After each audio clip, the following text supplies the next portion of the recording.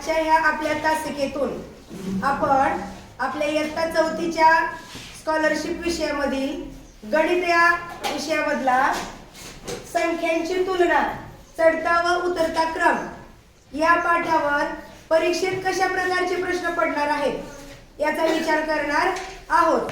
आणि मग आपला या फळ्यावर पहिला प्रश्न इथे लिहिलेला आहे तो आपण पाहूया।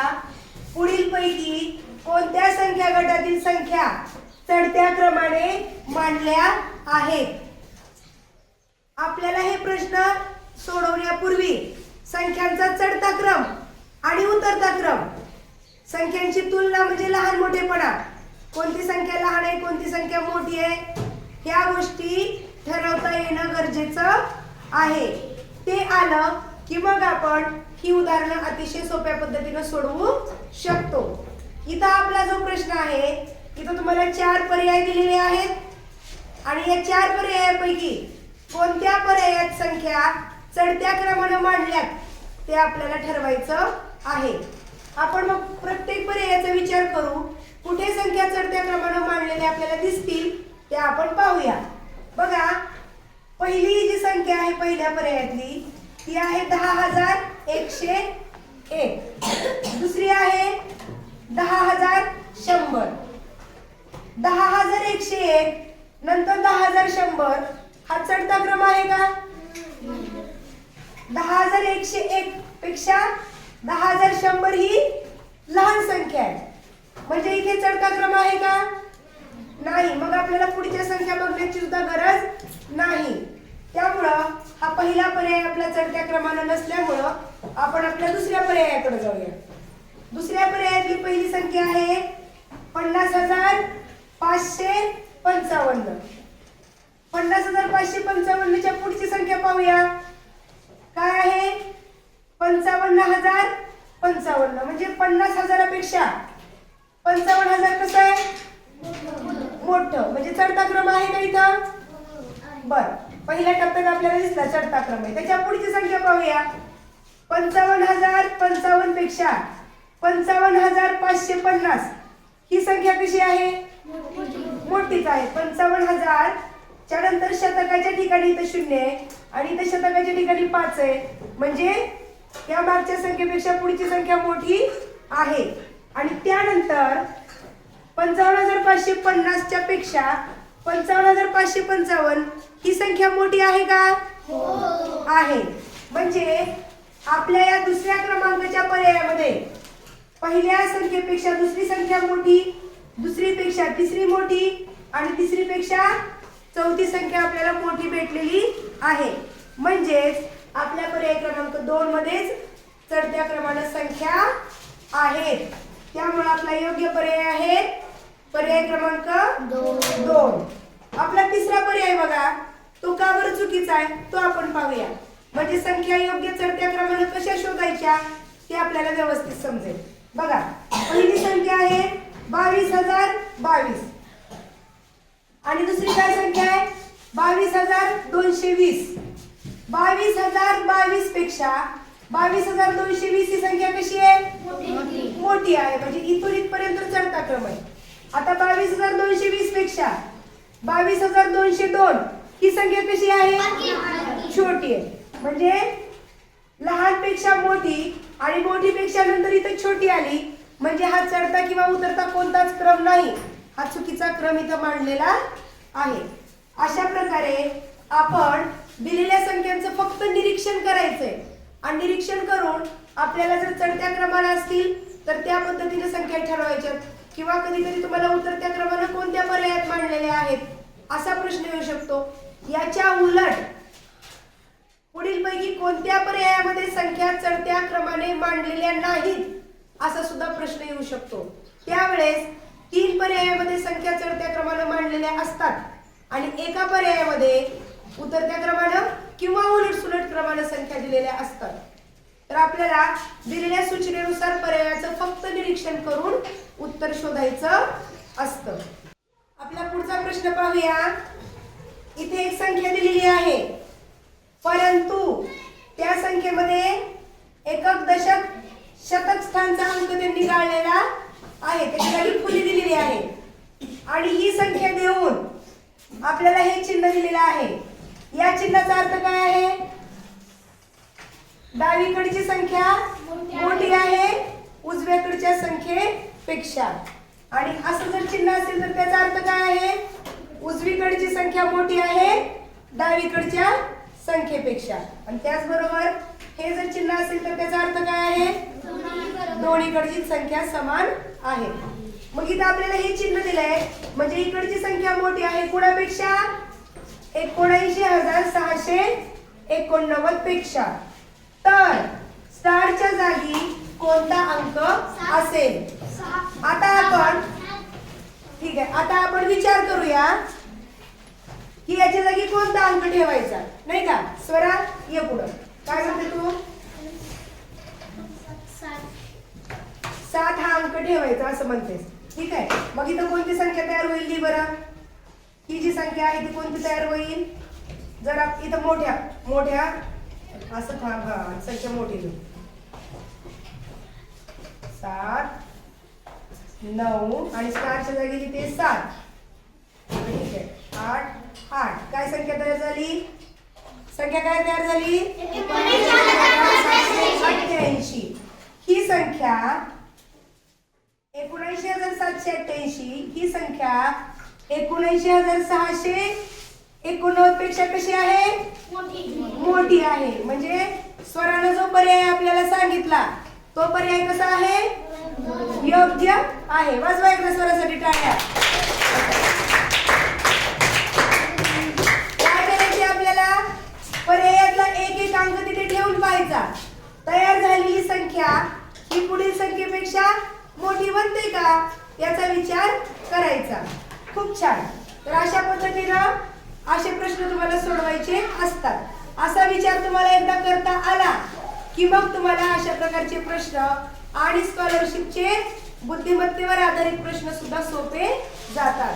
आपला पुढचा प्रश्न आहे बघा. इथे काही संख्या दिलेल्या आहेत तुम्हाला.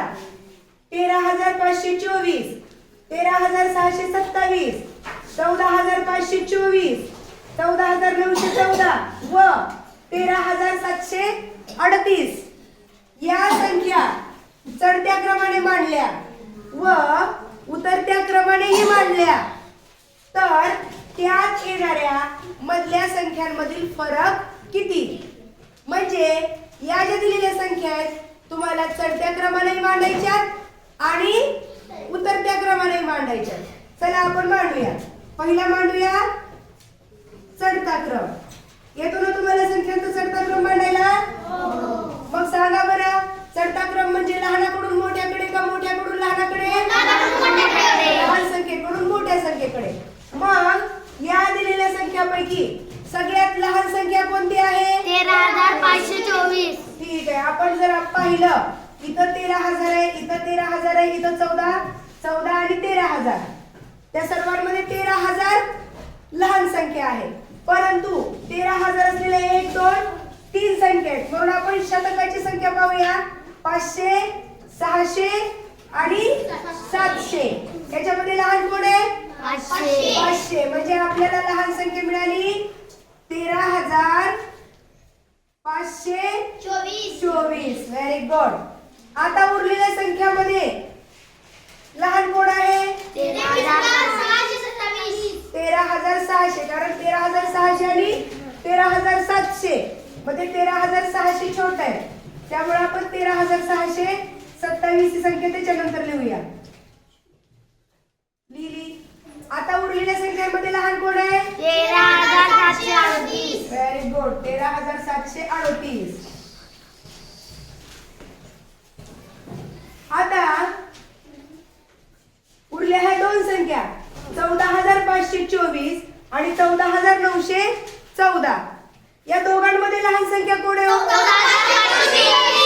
दोघांच्याही दशहजार स्थानी 1 1 आहे, हजार स्थानी 4 4 आहे. म्हणून आपण शतक स्थान बघितली. इथं 5 आहे, इथं 9 आहे. लहान कुठं आहे? शतक स्थानी 5 असलेली 14,500 आणि इथं 14,900 मध्ये 14,500 कशी झाली?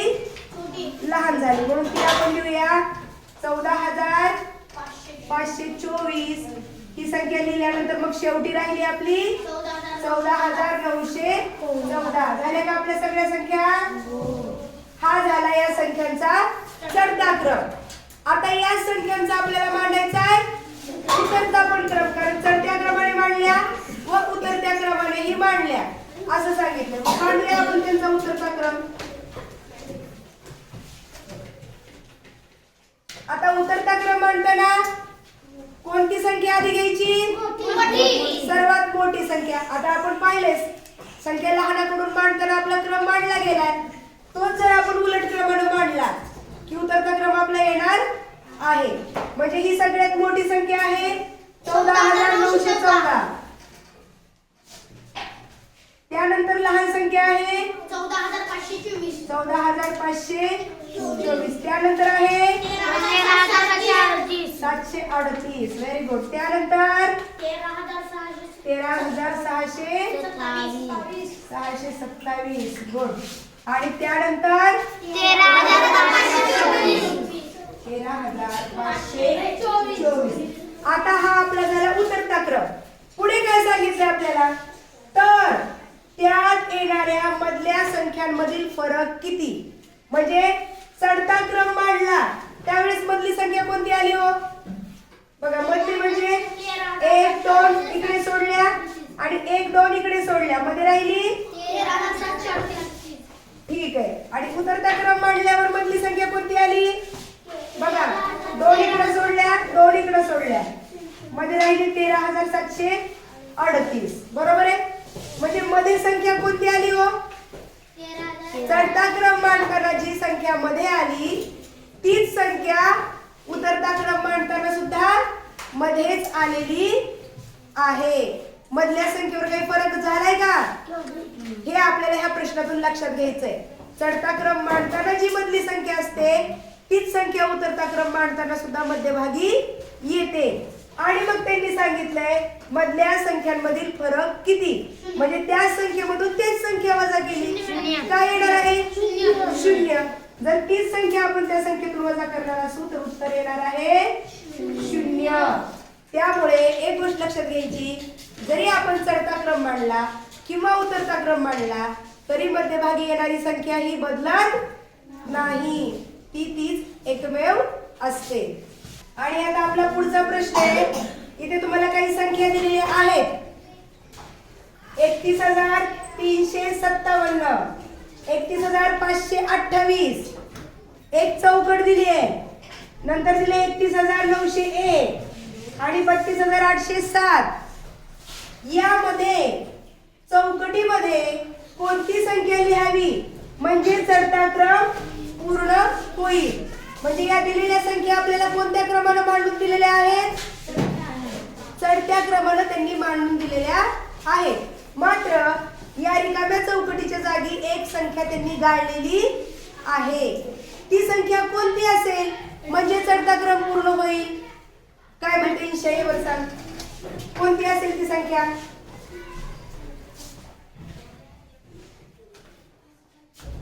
पर्याय सांग, पर्यायातून सांग कोणती असेल ती संख्या. पर्याय क्रमांक 3 टिक कर जरा. बरं, इंशाचं म्हणणं आहे की 31,705. इथे आहे 31,357. त्यानंतर 31,528. ही कशी संख्या आहे? 300 पेक्षा 500 मोठी आहे. आणि आता इंशा काय म्हणली? 31,705. ही जर संख्या आपण घेतली इथं तर ही 500 पेक्षा 700 कशी झाली? मोठी झाली. आणि या 705 पेक्षा 901 मोठी आहे. म्हणजे योग्य चढता क्रम झाला का इथे? योग्य चढता क्रम झालेला आहे. त्यामुळे इंशासाठी टाळ्या वाजवायला सगळेजण. Very good. काय केलं? दिलेल्या पर्यायातून चौकटीच्या जागी अशी संख्या लिहिली की ती या संख्येपेक्षा मोठी असणार आहे, पण तिच्या पुढच्या संख्येपेक्षा ती काय असणार आहे? लहान असली पाहिजे. अशी संख्या तुम्हाला शोधून पर्यायातून लिहायची आहे. जर आपण पहिल्या पर्यायाचा विचार केला तर 31,200 हे 31,500 पेक्षा कसं होत आहे? लहान होईल. मग हा पर्याय आपला बसणार नाही. 31,400 पण 500 पेक्षा लहानच होणार आहे, त्यामुळे हा पण पर्याय बसणार नाही.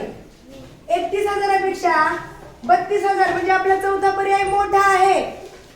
मग तो का नाही घेतला आपण? मॅडम तिचं 31,000. कारण त्याच्या पुढची जी संख्या आहे ती पण 31,901 आहे.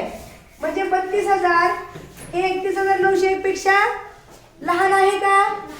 म्हणजे ती जरी इथं मोठी बसत असली तरी पुढच्या पेक्षा ती लहान असली पाहिजे. असा सारासार विचार करून आपल्याला बरोबर मध्ये बसणारी संख्या शोधता आली पाहिजे, ठरवता आली पाहिजे.